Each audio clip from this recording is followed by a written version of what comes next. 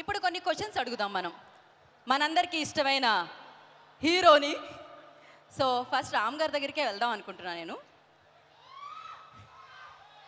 అడుగుదామా? ఏమేమి అడుగుదాం?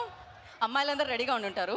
ఇప్పుడైతే ఫస్ట్ క్వశ్చన్ వాళ్ళ వైపు నుంచే కాదు, నా మనసులో ఇంత అందంగా ఎలా ఉంటారు, ఎలా ఇలా, ఇది క్రైమ్ కదా మరీను, హార్ట్ బ్రేక్ అయితే ఉంటుంది. ఆల్రెడీ బాయ్ ఫ్రెండ్స్ ఉన్న బ్రేకప్ చెప్పేసి మరీ ఇటు చూడాలనిపిస్తుంది.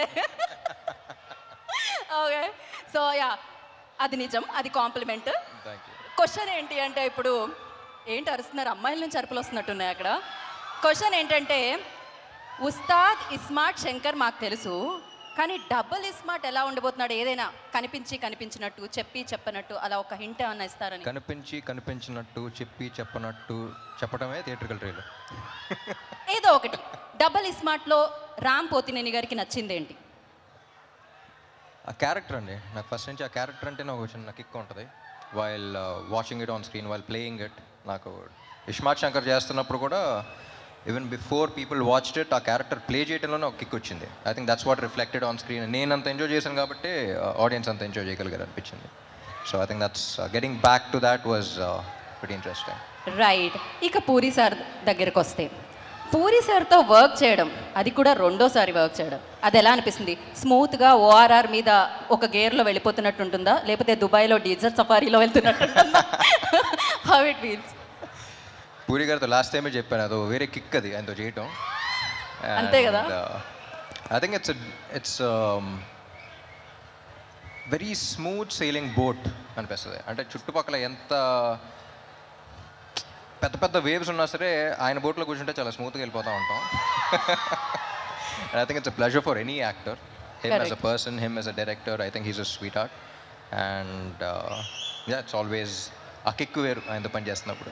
రైట్. మీ ఇద్దరిలో బిగ్ బుల్ ఎవరు అనేది మేము డబల్ ఇస్మార్ట్ రిలీజ్ అయిన తర్వాత తెలుసుకుంటాం. కాకపోతే బాలీవుడ్లో బిగ్ బుల్ లాగా సంజయ్ దత్.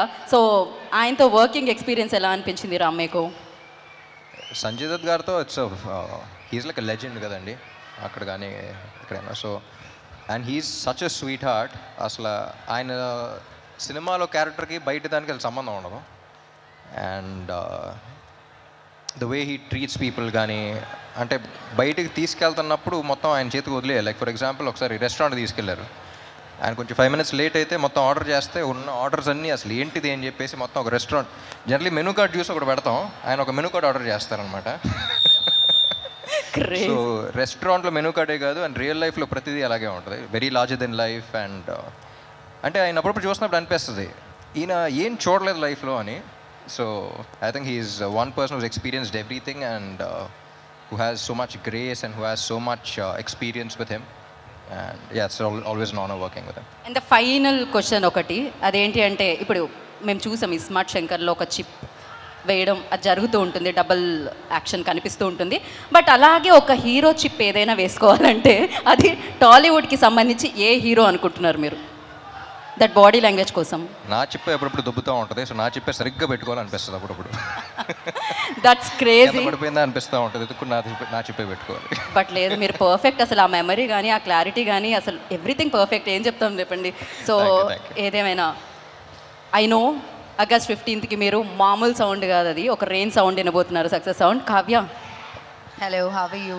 ఇంత అందమైన అబ్బాయితో ఎప్పుడైనా డైలాగ్ చెప్పేటప్పుడు డైలాగ్ మర్చిపోవడం జరిగిందా? సో ఎలా ఏమయ్యింది? Okay, so he's most handsome గా, working experience with him. So ఎప్పుడైనా డైలాగ్ మర్చిపోవడం అలాంటిది ఏమన్నా, did you forget any time like dialogue ఎప్పుడైనా మర్చిపోయారా మీరు? I think my experience with him was obviously very, very fun. I didn't forget a dialogue, but we used to laugh a lot on set, like crack a lot of jokes and stuff like that. So I think we wasted time on that only. We just like simply talking and laughing around, but I don't think I forgot any dialogues as such. But yeah, he's very fun to work with and very easygoing. And okay, I had a blast. This all thing like positive గా వెళ్తుంది కదా, మేమర్స్కి ఏమీ content దొరకట్లేదు. Would you like to tell us something, naughty thing about Ram?